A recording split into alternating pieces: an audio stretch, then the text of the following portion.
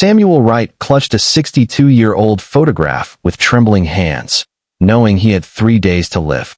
But what he whispered to his Jamaican nurse at 2 a.m. would shatter every hospital rule and set off a desperate race against time. Because the woman in that faded picture, his lost love Esther, was still alive, just 2 hours away, and she had no idea the man who abandoned her in 1962 was dying with her name on his lips. What happened next broke every protocol, risked multiple careers, and proved that some love stories refuse to die. But when they finally brought Esther to his bedside after 62 years apart, nobody was prepared for the words that came out of her mouth. Hello, my amazing family and friends. I'm so glad you're here with me again today. If you're ready to dive into another powerful story, make sure you hit that subscribe button and drop a comment telling me the country or city you're watching from. And guess what? Tomorrow, I've got another story lined up that will leave you just as captivated, so don't miss it. Now, let's get started.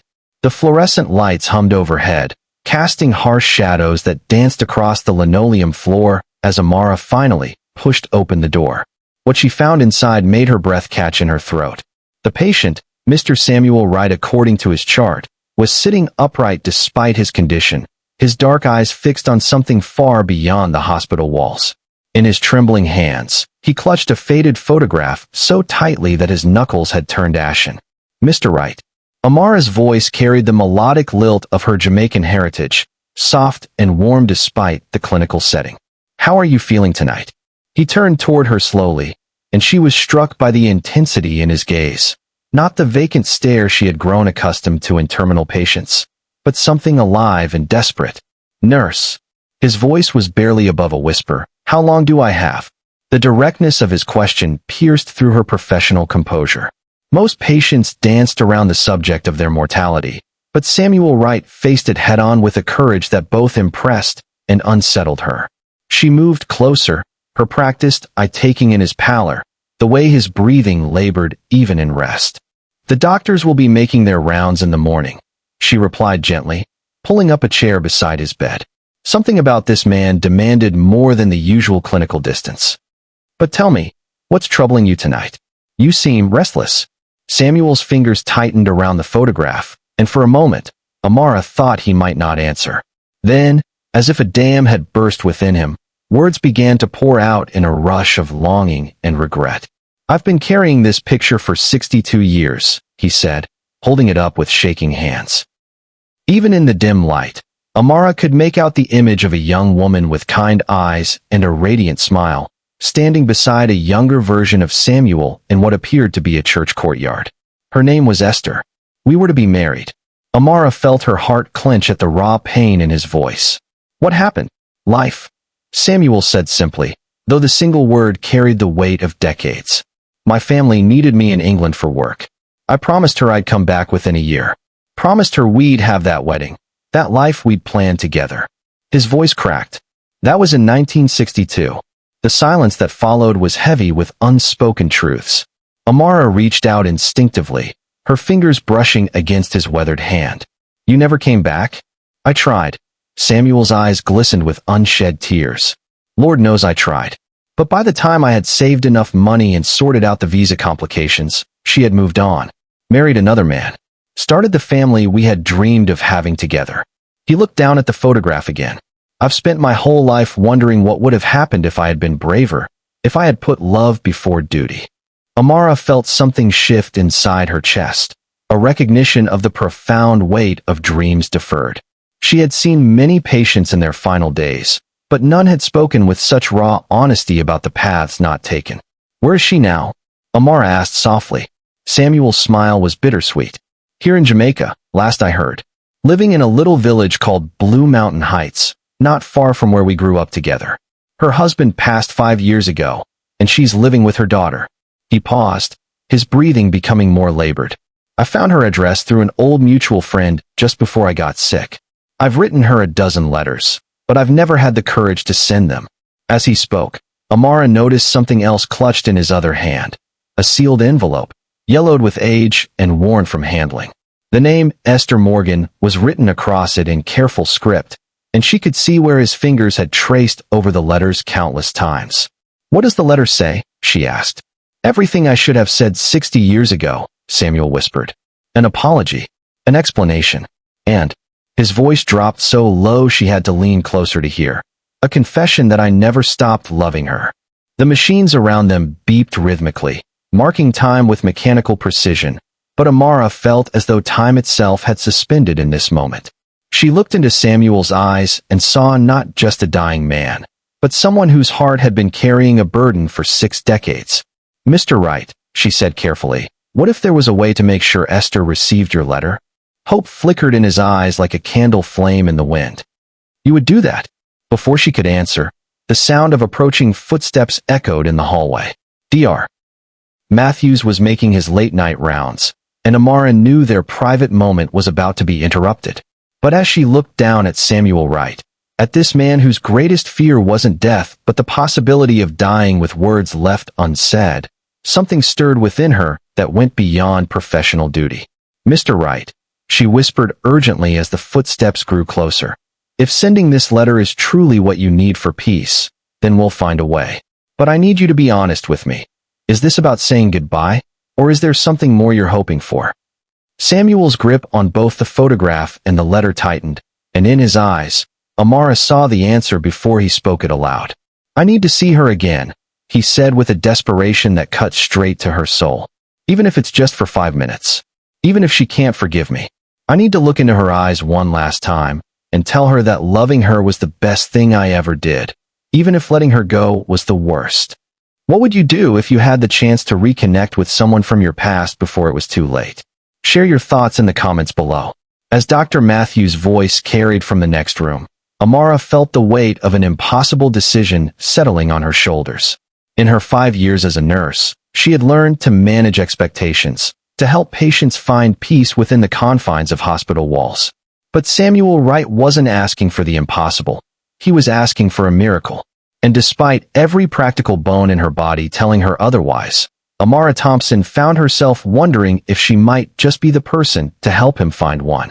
The next morning came too quickly, accompanied by the familiar chaos of shift change and the endless shuffle of medical charts. Amara had barely slept, Samuel Wright's desperate plea echoing in her mind like a prayer she couldn't stop repeating. She stood at the nurse's station, mechanically updating patient files while her thoughts drifted to room 314 and the man whose heart was breaking in slow motion. You look like you've seen a ghost, girl, came a familiar voice behind her. Amara turned to find her closest friend and fellow nurse, Keisha Campbell, studying her with concerned eyes. Keisha had been her anchor since nursing school, the sister she'd never had, with an intuition that bordered on supernatural. Long night, Amara replied, though she knew Keisha wouldn't accept such a simple explanation.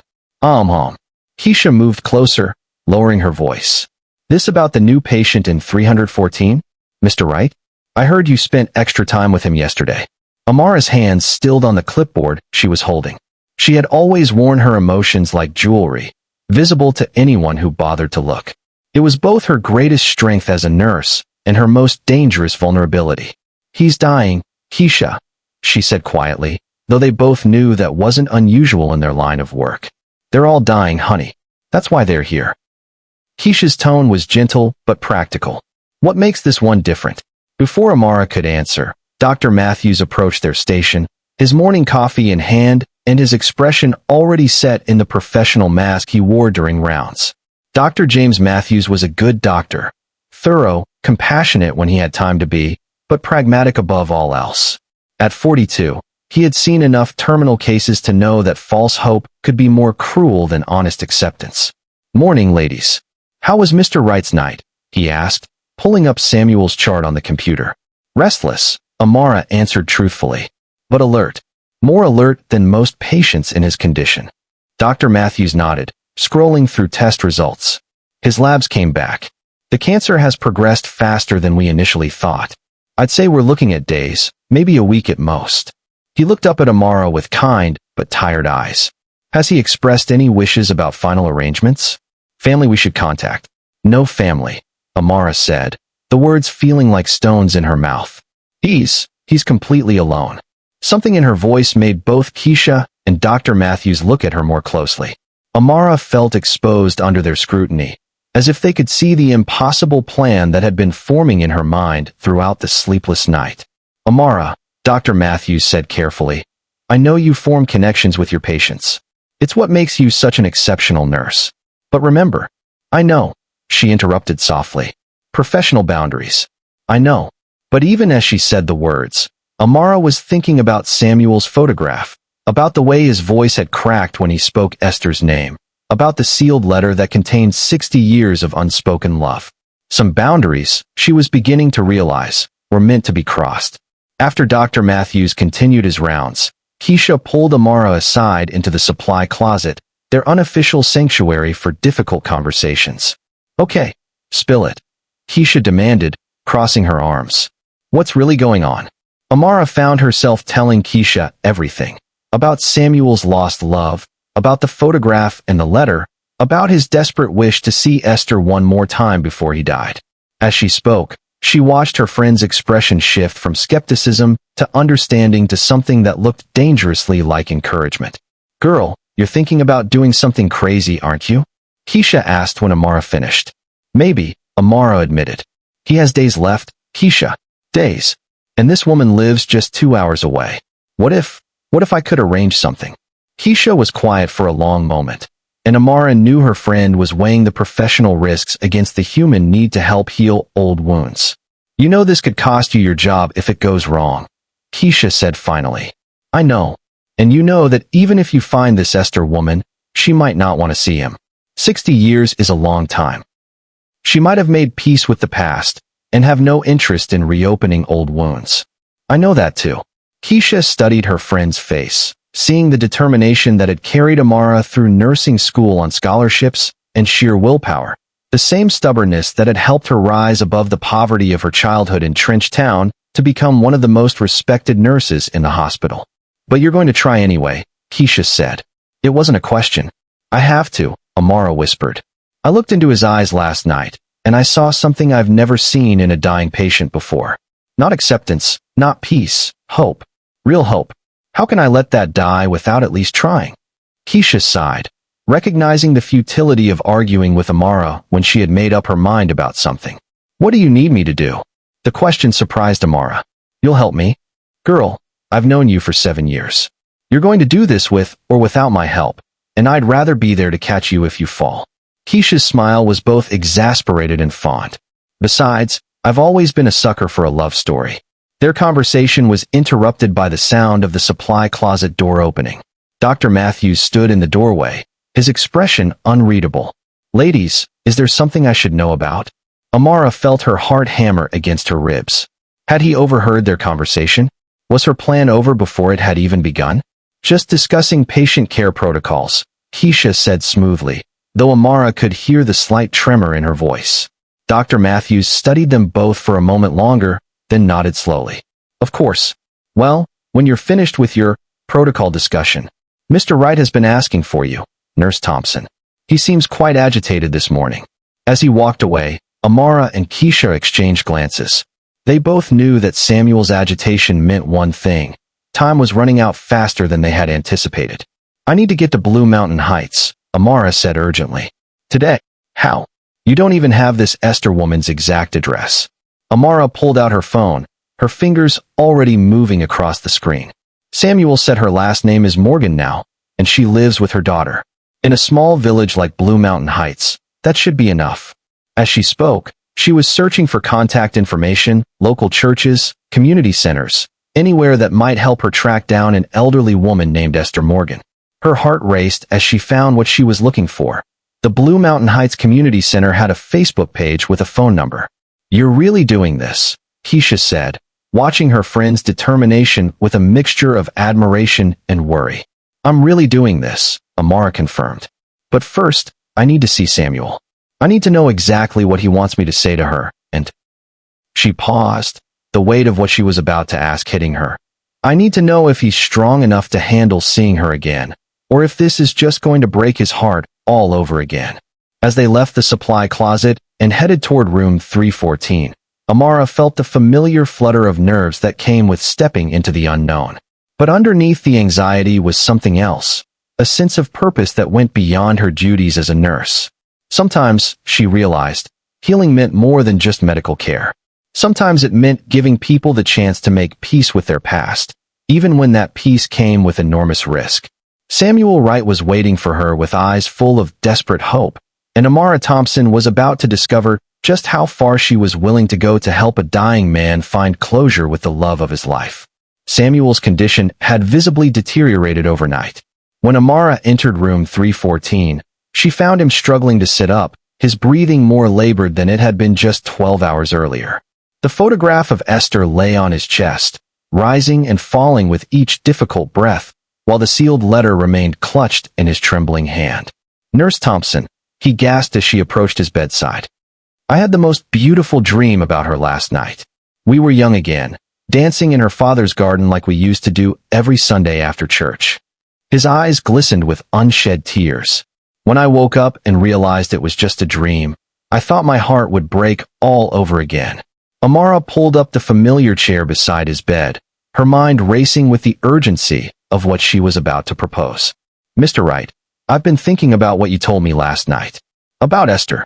Hope flickered across his weathered features. "You have. What if I told you that I might be able to find her? That I might be able to deliver your letter, and maybe even arrange for you to speak with her?"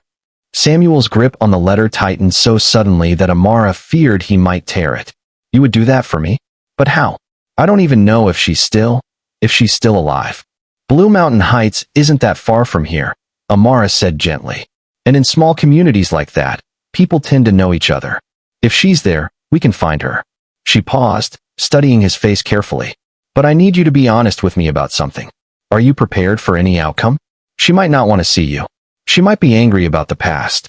Are you strong enough to handle that?" Samuel was quiet for a long moment, his eyes fixed on Esther's photograph. When he finally spoke, his voice carried a strength that seemed to come from somewhere deeper than his failing body. "Nurse Thompson, I've spent 62 years wondering what if. Wondering if she ever forgave me, if she ever thought about our life together, if she's been happy. Even if she refuses to see me, even if she tells me she hated me for leaving, at least I'll know. At least I won't die with all these questions eating away at my soul." The raw honesty in his voice made Amara's decision for her. She reached for her phone, her fingers already dialing the number she had found for the Blue Mountain Heights Community Center.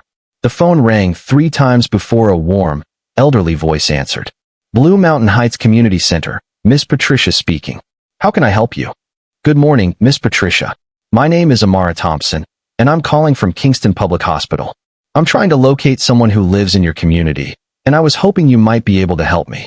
"Oh my, is everything all right, dear? Is someone hurt?" "No, ma'am, nothing like that. I'm looking for an elderly lady named Esther Morgan. I believe she lives with her daughter somewhere in Blue Mountain Heights." There was a pause on the other end of the line, and Amara held her breath, watching Samuel's face as he strained to hear every word of the conversation. "Esther Morgan?" Miss Patricia's voice carried a note of recognition.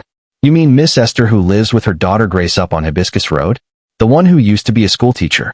Amara felt her heart leap. "Yes, that sounds right. Do you know her well?" "Know her? Child, everyone knows Miss Esther. Sweetest woman you ever did meet. Taught half the children in this village at one time or another. Is she in some kind of trouble?" "No trouble at all," Amara said quickly, watching tears stream down Samuel's face as he realized they had found her. "Actually, I have something of a delicate situation. I have a patient here at the hospital, an elderly gentleman who knew Miss Esther many years ago. He's very ill, and he's been hoping to reconnect with her." Another pause, longer this time. "What's this gentleman's name?" "Samuel Wright." The silence that followed was so complete that Amara thought the call had been disconnected. Then she heard Miss Patricia's sharp intake of breath. "Samuel Wright? Did you say Samuel Wright?" "Yes, ma'am. Do you know that name?" "Know it. Child, Miss Esther has been talking about Samuel Wright for more years than I can count. Always wondered what happened to him. Always said he was the one that got away." Miss Patricia's voice dropped to a whisper. "She still has a picture of him on her dresser, you know? Never did get over that man completely, even after she married poor Mr. Morgan." The phone nearly slipped from Amara's trembling hands. Beside her, Samuel had begun to weep openly, his body shaking with emotions too powerful to contain. She reached out and grasped his free hand, giving him an anchor as his world shifted beneath him. "Miss Patricia," Amara said carefully, "would it be possible for me to speak with Miss Esther directly? Or perhaps visit her today? This is quite urgent." "How urgent we talking about, dear?" The question hung in the air like a prayer waiting for an answer. Amara looked at Samuel, at the way his chest rose and fell with increasing difficulty, at the pallor that had settled over his skin like morning mist. "He's dying," she said simply. "He has days, maybe less. And this, seeing her again, it's his final wish." The silence stretched for what felt like hours before Miss Patricia spoke again, her voice thick with emotion. "You bring him here, child. You bring Samuel Wright to Blue Mountain Heights, and I'll make sure Miss Esther is ready to see him. After all these years. Lord have mercy, after all these years." "I can't bring him," Amara said quickly. "He's too ill to travel. But I could bring her to him, if she's willing." "You let me talk to Miss Esther first," Miss Patricia said firmly. "Give me your number, and I'll call you back within the hour. If I know that woman, and I've known her for 35 years, she'll want to see him just as much as he wants to see her." As Amara gave Miss Patricia her contact information and hung up the phone, she turned to find Samuel staring at her with an expression of wonder and disbelief. "She remembers me," he whispered. "After all these years, she still remembers me. More than remembers you," Amara said softly. "It sounds like she's been thinking about you all this time, just like you've been thinking about her." Samuel's tears came harder then, 62 years of grief and regret pouring out of him like water from a broken dam. Amara held his hand and let him cry, understanding that these weren't tears of sadness alone, but of hope, the kind of hope that could either heal a man's heart or break it completely. Her phone buzzed with a text from Keisha. "Dr. Matthews is looking for you. Everything okay?" Amara quickly typed back. "Found her. She remembers him. We'll explain later." The response came immediately. "Holy shit. This is really happening, isn't it?" "Yes," Amara replied, looking at Samuel's tear-streaked face. "This is really happening." As if summoned by their conversation, Dr. Matthews appeared in the doorway of room 314, his expression shifting from professional concern to confusion as he took in the scene before him. Samuel Wright weeping tears of joy, while Nurse Thompson held his hand with fierce protectiveness. "Is everything all right here?" Dr. Matthews asked, stepping into the room. "Everything's perfect," Samuel managed to say through his tears. "For the first time in 62 years, everything's perfect." Dr. Matthews looked to Amara for clarification, but before she could respond, her phone rang. Miss Patricia's name appeared on the screen, and Amara felt her heart skip a beat. "This is it," she told Samuel quietly. "This is the call that changes everything." As she answered the phone, with Dr. Matthews watching curiously and Samuel Wright hanging on her every word, Amara Thompson realized that she was about to become part of something much larger than herself. A love story that had been waiting 6 decades for its second chance. "Hello, Miss Patricia," she said, her voice steady despite the tremor in her hands. "What did Miss Esther say?" Miss Patricia's voice came through the phone with a mixture of excitement and concern that made Amara's heart race. "Child, you need to sit down for this." Amara was already sitting, but she gripped the chair arm tighter anyway, acutely aware of Samuel's labored breathing and Dr. Matthews' increasingly puzzled expression. "When I told Miss Esther that Samuel Wright was in the hospital and wanted to see her, she went completely silent for the longest time. I thought maybe she'd fainted or something. Then she started crying. Not sad crying, mind you, but the kind of crying that comes when something you've been praying for finally happens." Samuel's face transformed, hope replacing the pain that had etched lines around his eyes for so many years.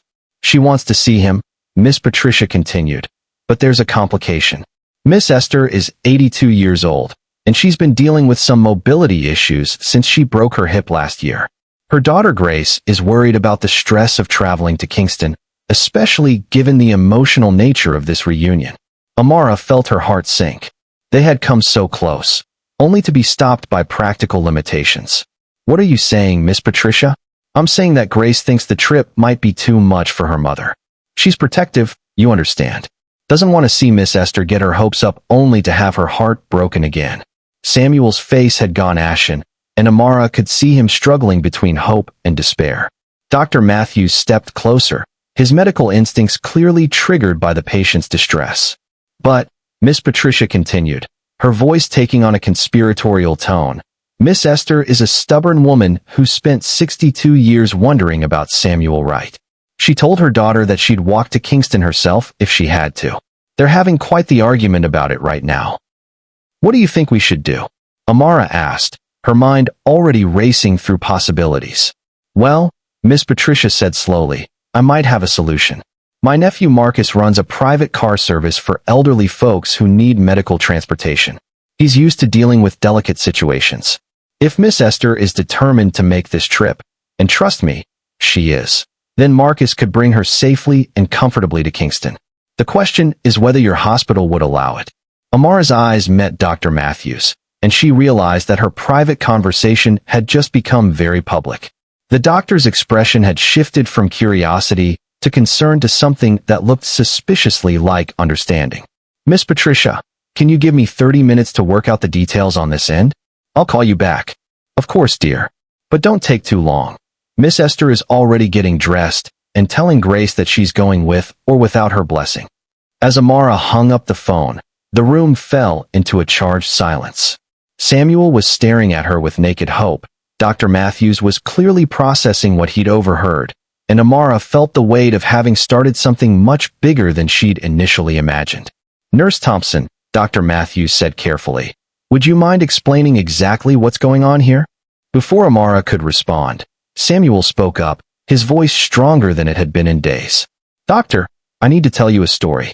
For the next 15 minutes, Samuel Wright poured out his heart to Dr. Matthews, just as he had to Amara the night before.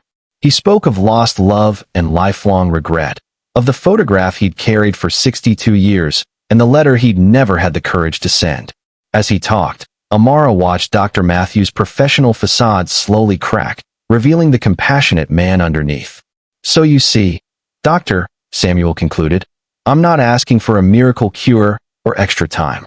I'm just asking for the chance to make peace with the biggest mistake of my life. Miss Esther is willing to come here, despite her age and health concerns. All I need is your permission to see her. Dr. Matthews was quiet for a long moment, his gaze shifting between Samuel's hopeful face and Amara's determined expression. Finally, he sighed deeply. Mr. Wright, you understand that your condition is extremely serious. The excitement of this reunion could put additional stress on your heart.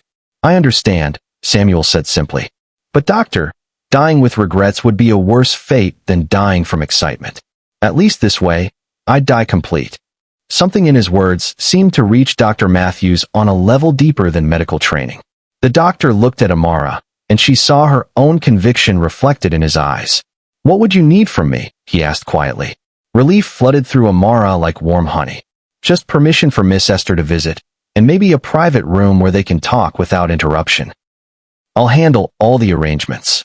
Dr. Matthews nodded slowly. I'll see what I can do about a private family conference room. But Nurse Thompson, his voice took on a more serious tone, this is highly irregular.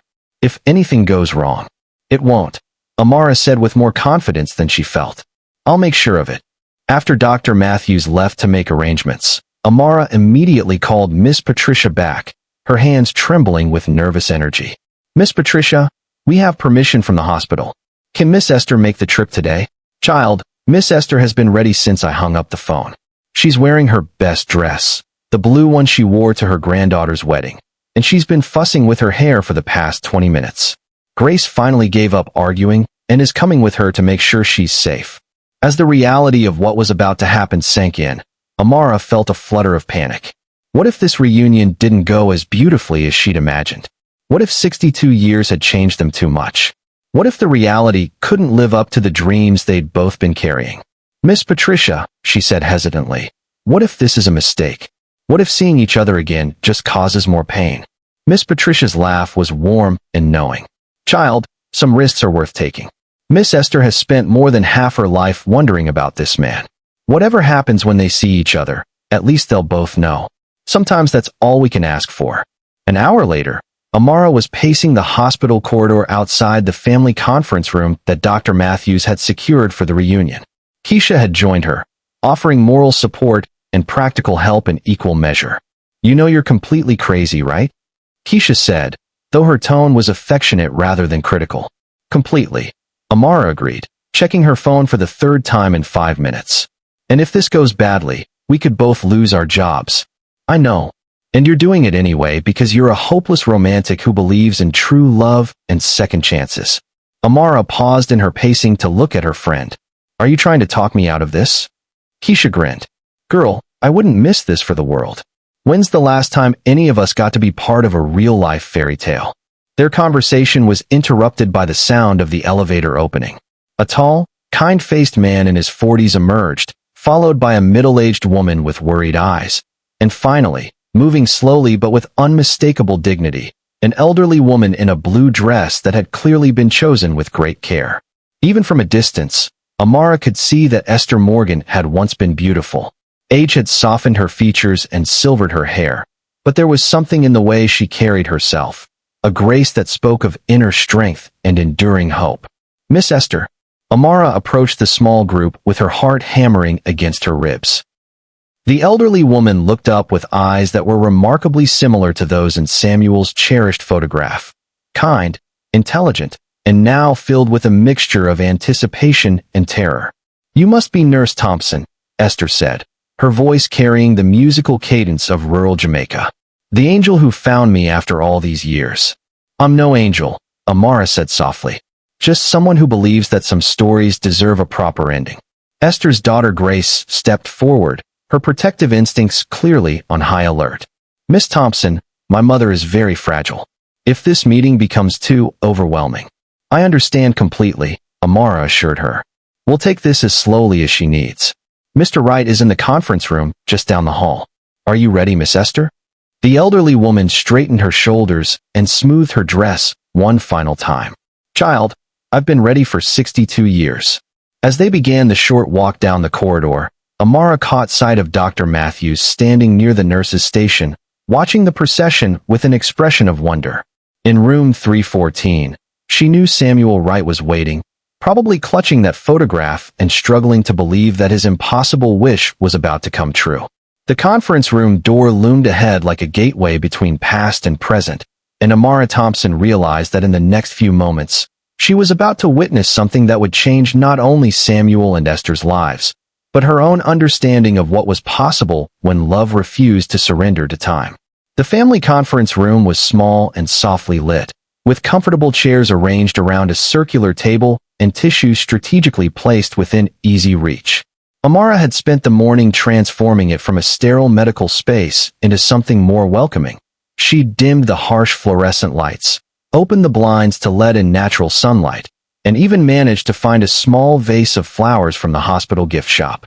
Samuel sat in his wheelchair near the window, wearing the cleanest pajamas the hospital could provide and a cardigan that Keisha had brought from the lost and found. He'd insisted on shaving, despite his trembling hands, and had combed what remained of his silver hair with meticulous care. The photograph of young Esther lay on the table before him, while the sealed letter remained clutched in his lap like a lifeline. She's here, Amara told him softly, having left Esther and her family in the hallway for final preparations. She's really here, Mr. Wright. Samuel's eyes filled with tears that he quickly tried to blink away. How does she look? Is she well? She's beautiful, Amara said truthfully. And she's just as nervous as you are. Through the door, they could hear muffled voices, Esther speaking in low, urgent tones to her daughter, reassuring her that she was strong enough for this moment. Then there was a gentle knock, and Amara's heart began to race. Are you ready? She asked Samuel. He straightened in his wheelchair, his hands smoothing over the letter one final time. As ready as a man can be to see a ghost made flesh. Amara opened the door to find Esther standing there alone, having convinced her daughter to wait outside. The elderly woman had composed herself beautifully, but Amara could see the slight tremor in her hands and the rapid rise and fall of her chest. Up close, the resemblance to the young woman in Samuel's photograph was unmistakable. The same intelligent eyes, the same gentle smile lines, the same aura of quiet strength. Miss Esther, Amara said gently, he's waiting for you. Esther nodded, took a deep breath that seemed to draw strength from somewhere deep within her, and stepped across the threshold into the room. The moment Samuel saw her, time seemed to fracture and reshape itself. 62 years collapsed into nothing, and suddenly they were young again, He was the earnest 24-year-old who had promised to return, and she was the radiant 22-year-old who had believed in forever. The years fell away like autumn leaves, leaving only the essential truth that had survived decades of separation. Samuel, Esther whispered, his name a prayer on her lips. My God, Samuel breathed, his voice breaking completely. Esther, my beautiful Esther. They stared at each other across the small room, neither moving, both afraid that any sudden motion might shatter the miraculous reality of this moment. Amara felt tears streaming down her own face as she witnessed the reunion she had made possible. You look, Samuel began, then stopped, overwhelmed by emotion. Old, Esther finished with a laugh that held both joy and sadness. We both look old, Samuel. You look perfect, he said fiercely. You look exactly like the woman I've been dreaming about for 62 years. Slowly, carefully, Esther moved closer to his wheelchair. Each step seemed to bridge not just the physical distance between them, but decades of longing and regret. When she was close enough to touch, she stopped, her hand hovering in the air between them. May I? She asked, her voice barely audible. Samuel nodded, unable to speak. Esther's weathered hand came to rest against his cheek, and both of them gasped at the contact, the first time they had touched since 1962. You're real, Esther murmured, wonder filling her voice. All these years, I wondered if I had imagined how wonderful you were. But you're real, and you're here. I'm sorry, Samuel said suddenly, the words pouring out of him like water from a broken dam. God, Esther, I'm so sorry. I should have come back. I should have found a way. I should never have let you go. Esther's other hand joined the first, cradling his face between her palms. Shoo, she soothed. We were young. We made the choices we thought were right at the time. But I hurt you, Samuel insisted, his voice raw with decades of guilt. I broke my promise. I let you think I didn't care. Oh, Samuel.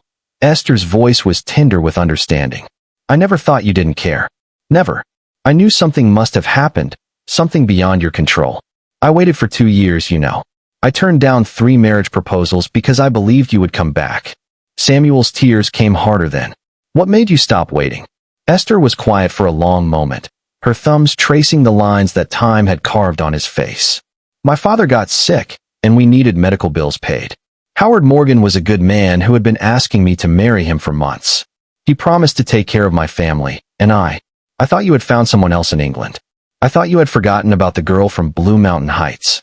Never, Samuel said fiercely. I never forgot. Not for a single day. He lifted the sealed letter with shaking hands. I wrote you this letter 50 years ago, and I've been carrying it ever since. Every word is true, Esther. Every single word. Esther took the letter with reverent hands, her eyes widening as she saw her name written in Samuel's familiar script. 50 years. I was too much of a coward to send it, Samuel admitted. I was afraid you hated me.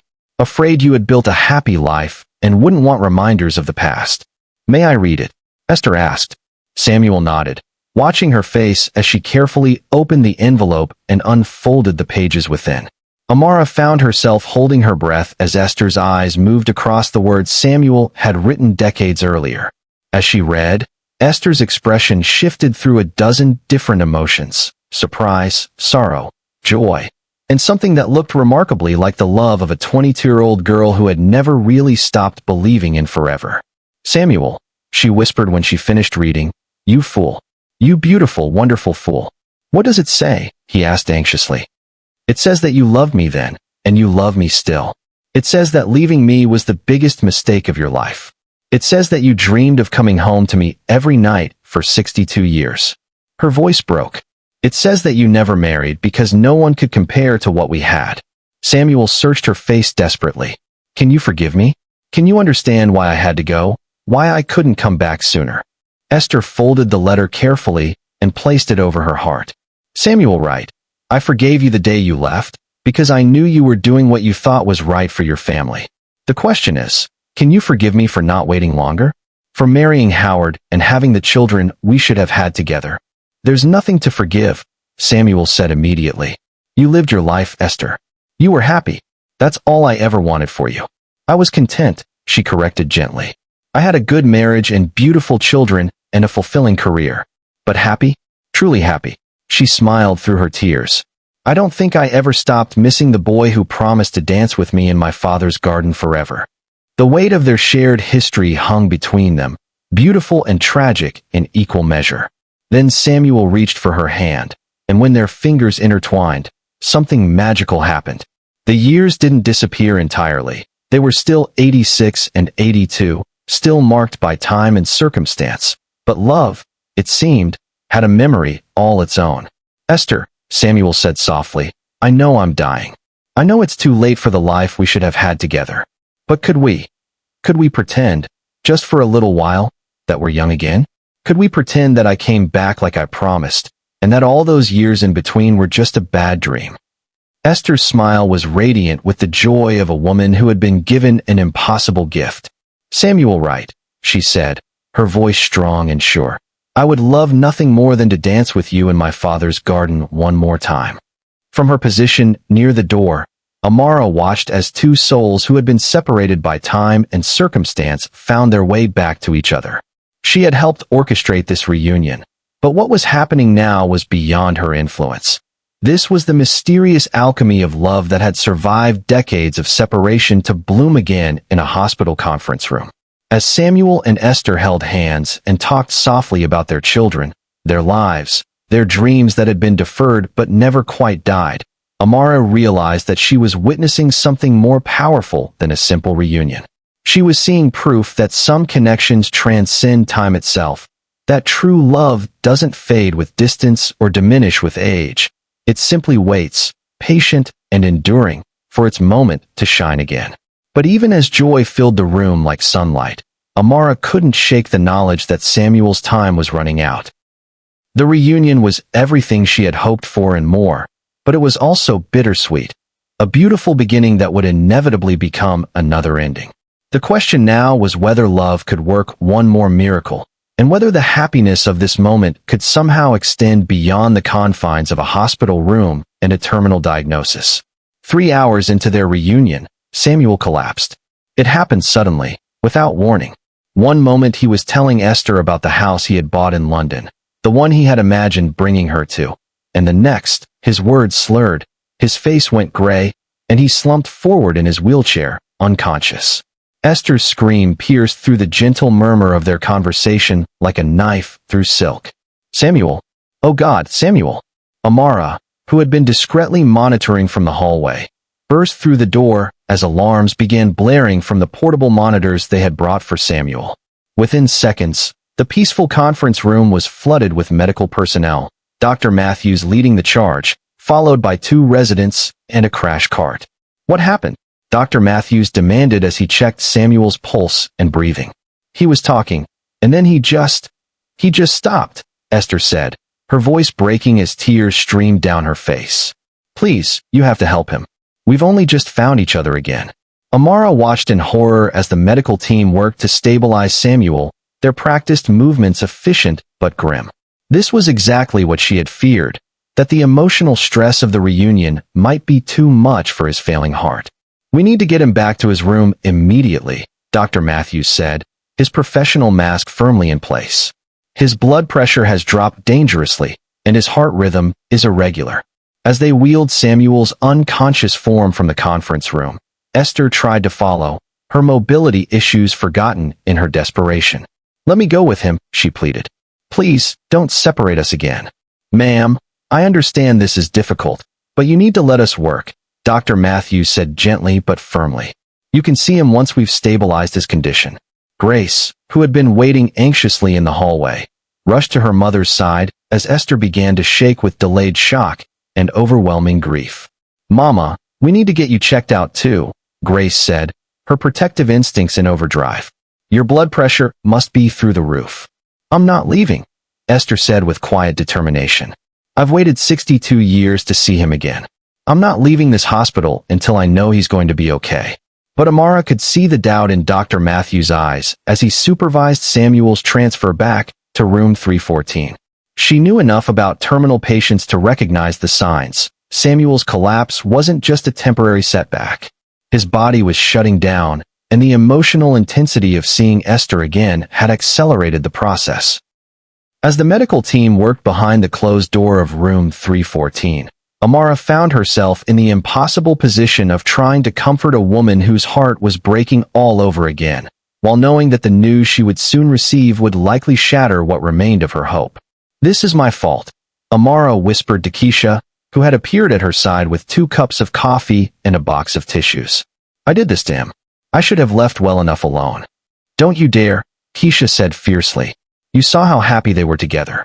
You saw the peace on both their faces. Whatever happens now, you gave them something beautiful. But what if I killed him? What if seeing her again was too much for his heart?" Before Keisha could answer, Dr. Matthews emerged from Samuel's room, his expression grave. He approached the small group gathered in the waiting area: Amara, Keisha, Esther, and Grace, with the careful steps of someone bearing difficult news. "How is he?" Esther asked immediately, rising from her chair despite her daughter's attempt to keep her seated. Dr. Matthews was quiet for a moment, choosing his words carefully. "Mrs. Morgan, I need you to understand that Mr. Wright's condition is very advanced. His body has been failing for some time now. But he'll recover from this, won't he?" Esther's voice was small and desperate. "He'll wake up, and we can continue talking?" The silence that followed was answer enough. Dr. Matthews sat down across from Esther, his professional demeanor softening to reveal the compassionate man underneath. "Mrs. Morgan, the reunion with you today brought Mr. Wright tremendous joy. I've never seen a patient's vital signs improve so dramatically from emotional happiness. But the strain on his system has also accelerated the inevitable. His heart is failing rapidly now." "How long?" Grace asked when her mother seemed unable to speak. "Hours, maybe less." "I'm sorry." Esther's composure finally cracked completely. She doubled over as if physical pain had joined her emotional agony, and the sound that came from her throat was purely animal, the keening cry of a woman losing the love of her life for the second time. "I want to see him," she managed through her tears. "Please, I need to be with him." "Of course," Dr. Matthews said immediately. "But Mrs. Morgan, he may not regain consciousness. You need to be prepared for that possibility." As they made their way back to room 314, Amara felt the weight of every decision that had led to this moment. She had orchestrated this reunion out of love and compassion, but now she wondered if she had been playing God with forces beyond her understanding. Samuel was dying, and Esther would have to watch it happen, knowing they had found each other only to lose each other again within hours. Room 314 had been transformed from the peaceful space where Samuel had first shared his story into a medical intensive care unit. Monitors surrounded his bed, their steady beeping marking time with mechanical precision. Samuel lay unconscious, his breathing shallow and labored, looking frilier than ever in the harsh fluorescent light. Esther approached his bedside slowly, as if afraid that moving too quickly might steal what little time they had left. When she reached for his hand, Amara was amazed to see Samuel's fingers tighten slightly around hers. Not conscious movement, perhaps, but something deeper, an involuntary response to the woman he had loved for more than 60 years. "Samuel," Esther whispered, settling into the chair beside his bed. "I'm here, my love. I'm right here with you." For the next 2 hours, Esther talked to Samuel's unconscious form, telling him about her life, their missed opportunities, and her gratitude for these precious few hours they had been given. She spoke of her children and grandchildren, wondering aloud what their own children might have been like. She reminded him of their young love, of promises made in her father's garden, of the dreams they had shared when the world was new and anything seemed possible. Grace sat in the corner, tears streaming down her face as she listened to her mother pour out 62 years of love and longing to a man who might never hear her words.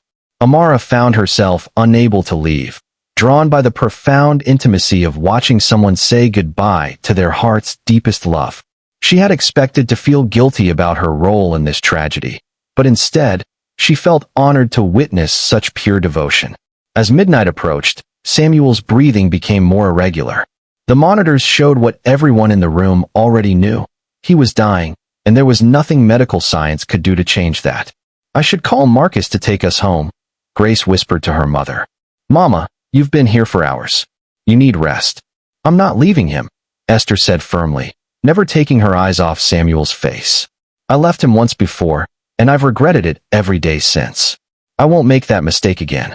"Have you ever had to say goodbye to someone you loved, knowing it would be the last time?" What would you say if you had the chance? Share your thoughts below. Sometimes expressing these feelings helps us process our own experiences with love and loss. Dr. Matthews appeared in the doorway, his expression suggesting that Samuel's time was measured in minutes rather than hours. Mrs. Morgan, he said gently, if there's anything else you want to say to him, now would be the time.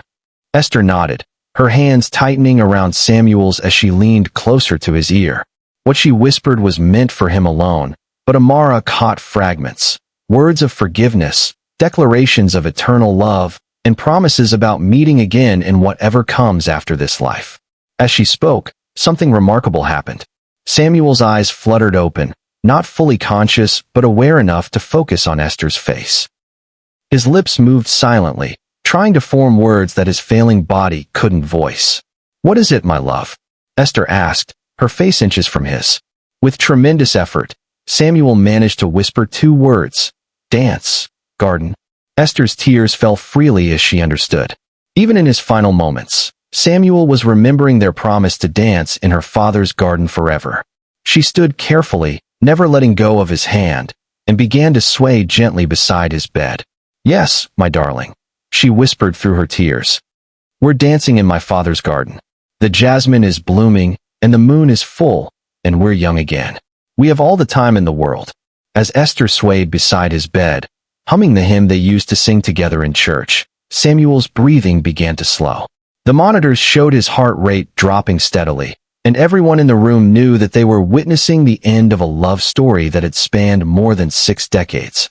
In those final moments, as Esther held Samuel's hand and danced their last dance together, Amara realized that she hadn't orchestrated a tragedy after all. She had given two people the chance to complete their love story, to transform a lifetime of regret into a few hours of perfect understanding.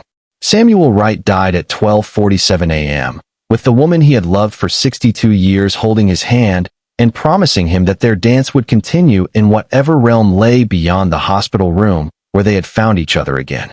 The silence that followed Samuel's final breath was profound, not empty, but full of something indefinable, as if the room itself had become sacred ground. For several long minutes, no one moved. Esther continued to hold Samuel's still hand, her other palm resting gently on his chest, feeling for the heartbeat that was no longer there. Dr. Matthews approached quietly to confirm what everyone already knew, but Esther stopped him with a gentle shake of her head. "Give us another moment," she whispered. "Please. We've waited so long for this peace." And there was peace in the room, Amara realized with surprise. Despite the tragedy of loss, despite the brevity of their reunion, something beautiful had been completed here. Samuel's face, relaxed in death, showed no trace of the anguish that had marked his features for days. Instead, he looked serene, as if he had finally laid down a burden he had carried for too long. When Esther finally released Samuel's hand and stepped back from the bed, she turned to Amara with eyes that were red with tears, but somehow luminous with something beyond grief. "Thank you," she said simply. "Thank you for giving us this gift." Amara felt her own tears threatening to spill over. "Mrs. Morgan, I'm so sorry. I hoped you would have more time together." "More time." Esther's smile was gentle and knowing. "Child, we had a lifetime in those few hours. Samuel and I said everything we needed to say. We forgave each other, we remembered our love, and he died knowing that he was cherished. What more could we have asked for?" Grace approached her mother cautiously, expecting to find her devastated. Instead, she found Esther standing straighter than she had in months, her face marked by tears, but also by something that looked remarkably like completion. "Mama, are you all right?" "I'm better than all right," Esther said, surprising everyone in the room. "For 62 years, I've carried a hole in my heart where Samuel used to be. Today, for just a few hours, that hole was filled again. I got to hold his hand, to hear him say he loved me, to tell him that I never stopped loving him either. Do you know how rare that is? How many people get a second chance to complete their greatest love story?" Dr. Matthews stepped forward, his professional demeanor mixed with genuine admiration for the elderly woman's strength. "Mrs. Morgan, I want you to know that in all my years of medicine, I've rarely seen anything as beautiful as what happened in this room today. Mr. Wright died with more peace than most people find in a lifetime. He died complete." Esther agreed. reaching out to touch Samuel's forehead one final time. We both did. As the necessary procedures began, the official time of death recorded, the medical equipment disconnected, the gentle preparations that marked the end of life, Amara found herself struggling with emotions she couldn't quite name. She had expected to feel responsible for Samuel's death, guilty for the stress that had accelerated his decline.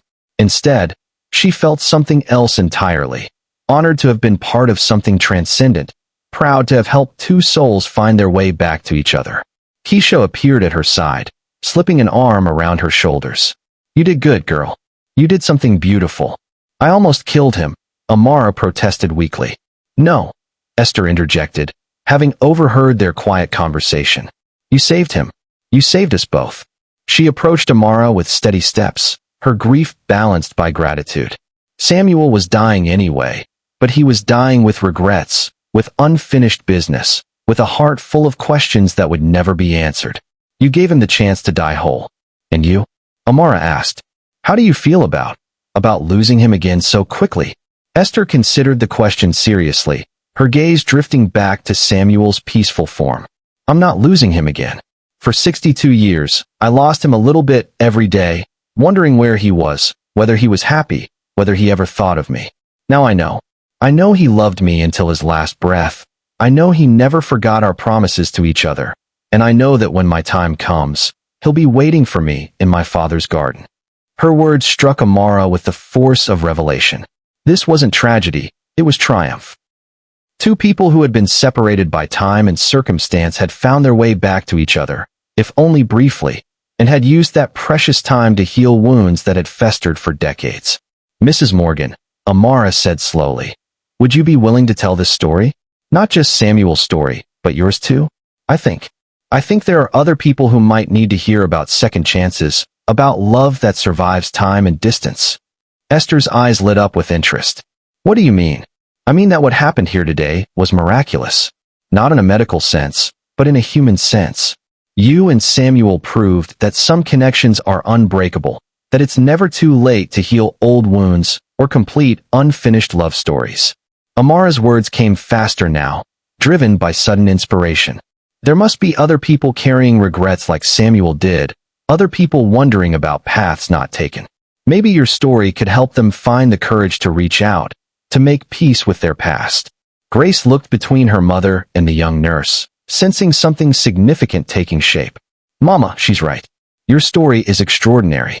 The way you loved Samuel, the way you both held on to that love for so many years, people need to hear about that kind of devotion." Esther was quiet for a long moment, her hand unconsciously moving to the letter Samuel had given her, the one she now kept pressed against her heart. "You know," she said finally, "Samuel always said he wanted to write a book about our love story. He said it was too beautiful to keep secret, too important to die with us." She looked up at Amara with renewed purpose. Maybe it's not too late to honor that wish. As the first rays of dawn began to filter through the hospital windows, Amara felt something shift in her understanding of her role as a nurse, as a healer, as a human being. She had always thought her job was to help people recover from illness, to fight against death and loss. But today she had learned something different. Sometimes healing meant helping people make peace with endings, and sometimes the greatest gift you could give someone was the opportunity to transform regret into completion. "I'll help you tell your story," Amara promised Esther. "And maybe, just maybe, it will inspire other people to find their own Samuel, their own Esther, their own chance at completing something beautiful." Esther smiled through her tears, her hand still pressed over Samuel's letter. He would have liked that. He always believed that love stories should inspire other love stories. As they prepared to leave room 314 for the final time, Amara took one last look at Samuel Wright. The man who had arrived as a patient carrying 62 years of regret was leaving as someone who had found peace, completion, and the certainty that he was loved. It wasn't the kind of healing she had been trained to provide, but it was perhaps the most important healing of all. The turning point had arrived not in Samuel's recovery, but in the understanding that some victories don't look like what we expect them to look like. Sometimes winning means getting the chance to say goodbye properly, to transform a lifetime of questions into a moment of perfect clarity, to prove that love really can transcend time, distance, and even death itself. 6 months later, Amara stood at the podium of the Kingston Community Center, looking out at an audience of 200 people who had come to hear the story she and Esther had been sharing across Jamaica. The small book they had written together, Dancing in My Father's Garden, a love story that transcended time, sat on tables throughout the room, its simple cover featuring the photograph Samuel had carried for 62 years. Tonight, Amara began, her voice steady and warm. I want to tell you about a miracle that happened not because of medical intervention, but because someone had the courage to ask for what seemed impossible. In the front row, Esther Morgan sat with quiet dignity, wearing the same blue dress she had worn to the hospital that day. At 83, she moved more slowly now, but her eyes held a light that hadn't dimmed since Samuel's death. Beside her sat Grace, no longer protective but proudly supportive of her mother's newfound mission. As Amara began to tell Samuel and Esther's story, she watched faces in the audience transform. There was Mrs. Chun, the elderly woman who had approached them after their last talk, tearfully admitting she hadn't spoken to her sister in 20 years over a family dispute she could barely remember. There was Marcus Williams, the middle-aged man who had confessed that he'd been too proud to apologize to his childhood best friend after a business disagreement destroyed their relationship. The question isn't whether you have someone in your past who deserves forgiveness or an explanation, Amara continued. The question is whether you have the courage to reach out before it's too late. When she reached the part about Samuel's final moments, about the dance beside his hospital bed, she saw tears streaming down faces throughout the audience. But these weren't tears of sadness. They were tears of recognition, of people seeing their own unfinished stories reflected in Samuel and Esther's journey. Samuel Wright taught me that healing isn't always about curing illness, Amara said, her voice carrying the wisdom she had gained from that extraordinary night. Sometimes healing means giving people the chance to complete their most important stories, to transform regret into peace, to turn what if into I'm grateful for what was. After the presentation, the line of people waiting to speak with Amara and Esther stretched around the room. Each person carried their own story of lost love, broken friendships, family estrangements, or words left unsaid. A young man named David approached nervously, clutching a phone in his trembling hands. Mrs. Morgan, your story made me realize I've been a fool. My father and I haven't spoken in 5 years over something so stupid I can't even remember what started it. Would it be too late to call him? Esther smiled and placed her weathered hand over his. Son, as long as you're both breathing, it's never too late. Samuel and I found each other after 62 years. You and your father have only lost 5. Throughout the evening, Amara watched miracles unfold in real time. Phone calls were made, tears were shed, and connections that had been severed by pride, misunderstanding, or the simple passage of time were tentatively rebuilt. The impact of Samuel and Esther's story was rippling outward, inspiring others to bridge their own emotional distances. Dr. Matthews, who had attended the event along with several colleagues from the hospital, approached Amara as the crowd began to thin. I have to admit, when I first realized what you were doing that night, I thought you were making a terrible mistake, he said with a smile. But watching what's happened since, the number of people whose lives have been changed by this story, I think you've redefined what it means to practice medicine. Samuel and Esther did that, Amara corrected gently. I just had the privilege of being their witness. Keisha joined their conversation, her face glowing with pride for her best friend. Girl, when we started getting interview requests from radio stations and newspapers, I knew this story was special. But seeing all these people tonight, seeing them find the courage to make their own connections, this is bigger than anything we could have imagined. As the evening wound down and the last audience members shared their own stories of reconciliation plans, Amara reflected on the journey that had brought them all to this moment. It had begun with one dying man's desperate wish to see his lost love one final time, but it had become something much larger, a movement of healing that was spreading across the island and beyond. Esther approached Amara as they prepared to leave, her eyes bright with satisfaction. Samuel would be so proud of what we've accomplished. His story is helping people the way he always dreamed it would. Your story, Amara corrected. Both of your stories. The love you shared, the forgiveness you found, the peace you gave him in his final hours. That's what people are responding to. No, dear, Esther said with gentle firmness. The story people are responding to is yours too. You're the one who had the compassion to see beyond medical protocols to human needs. You're the one who risked everything to make an impossible reunion possible. Your part of this story is just as important as ours. As they walked out into the warm Caribbean night, Amara felt a deep sense of completion that rivaled what she had witnessed between Samuel and Esther.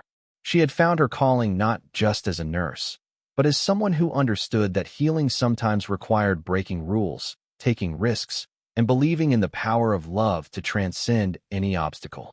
The success of their book and speaking engagements had opened new doors for Amara. Hospitals across the region were inviting her to train their staff in what was being called holistic end-of-life care, the practice of addressing not just physical needs but emotional and spiritual ones as well. She was helping to transform healthcare from a purely medical discipline into something more humanistic, more connected to the deeper needs of the human heart. But perhaps most importantly, she had learned that sometimes the most powerful medicine was the simple act of helping people connect with each other. Samuel and Esther's reunion had shown her that love really could work miracles, not by changing medical outcomes, but by changing the meaning of those outcomes, by transforming endings into completions, by proving that no connection forged in love is ever truly lost. As she drove home that night, with Esther's words of gratitude still echoing in her ears, and the memory of 200 transformed faces fresh in her mind, Amara Thompson knew that she had found her life's true purpose. She had become more than a nurse. She had become a bridge between hearts, a facilitator of impossible reunions, a guardian of love stories that refused to die. The climactic resolution wasn't found in dramatic medical interventions or last-minute recoveries. It was found in the quiet triumph of watching broken connections heal, of seeing people find the courage to reach across years and misunderstandings to touch the hearts that had never stopped loving them. 1 year to the day after Samuel Wright's death, Amara stood in the hospital garden that had been dedicated in his memory. The small space had been transformed from a neglected courtyard into a beautiful sanctuary filled with jasmine vines, hibiscus flowers, and a small gazebo where families could find moments of peace during difficult times. The brass plaque beside the garden entrance read, "The Samuel and Esther Wright Memorial Garden, where love stories never end." Esther arrived precisely at sunset, just as she did every month on this date. At 84, she moved with careful steps but unwavering purpose, carrying a single white rose and the photograph that had started it all. "How are you feeling today?" Amara asked, joining the elderly woman on the bench they had installed beneath the gazebo. "Grateful," Esther replied, her voice carrying the same peaceful certainty it had held since that extraordinary night. "Samuel and I had our dance, and now our story is helping others find theirs." It was true. In the years since Samuel's death, their book had sold thousands of copies throughout the Caribbean and beyond. More importantly, it had inspired what media outlets were calling the second chance movement, a grassroots phenomenon of people reaching out to reconnect with estranged family members, lost friends, and former loves. The hospital had received over 200 letters from people whose lives had been changed by Samuel and Esther's story. Children had reconciled with parents, siblings had healed decades-old wounds, and countless couples had found their way back to each other after years of separation. "I got another letter today," Amara said, pulling an envelope from her pocket. "A woman in Barbados whose husband left 20 years ago after a terrible fight. She tracked him down after reading your story and discovered he'd been trying to find her for the past 5 years. They're remarrying next month."